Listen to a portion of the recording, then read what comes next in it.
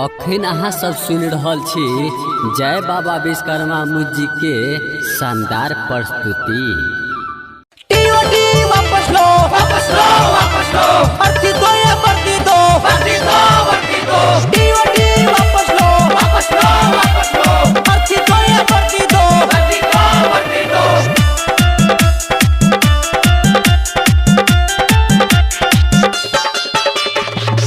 4 साल के नौकरी का देले बड़ा भीख हो एकरा ले अच्छा सब्जी में जबरही ठीक होता पहले बड़ा यारमी से छलाए मोदी सगरो बचा देबे हला चलाए मोदी आरो मिला भर होई से हम बाबर होई आरो मिला भर होई से हम बाबर होई जल्दी निकाली करो हलाए मोदी सगरो बचा देबे हला चलाए मोदी। बेरोजगार रहने से अच्छा है, भूखे पेट रहने से अच्छा है मर जाए क्या?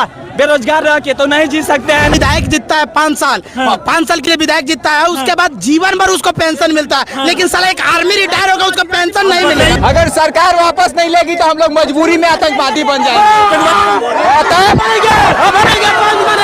सिंगर विकास गोप सिंगर नेतावन के 5 साल पर देबा सब दिन पेंशन हो हमनी के 4 साल पर देबा फेर टेंशन त चल नहीं दे होबे ऐसन रूल ए मोदी आर मिला भर हई पावर फूल ए मोदी तनी सा विचार करी नहीं अत्याचार करी तनी सा विचार करी नहीं अत्याचार करी नहीं तो मुरझा जाई कमल फूल ए मोदी समझना हमनी के धूल ए मोदी।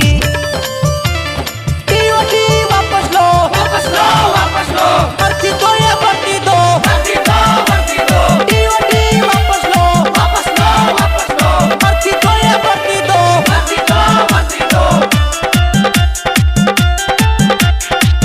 केकरा कहला में रउआ कोई नी ऐसन काम हो आर्मी जवान के मिटावा तनी नाम त करी जाके रउरे अबला राइए मोदी छोड़तानी हमनी अब पढ़ाइए मोदी कहला विकसवा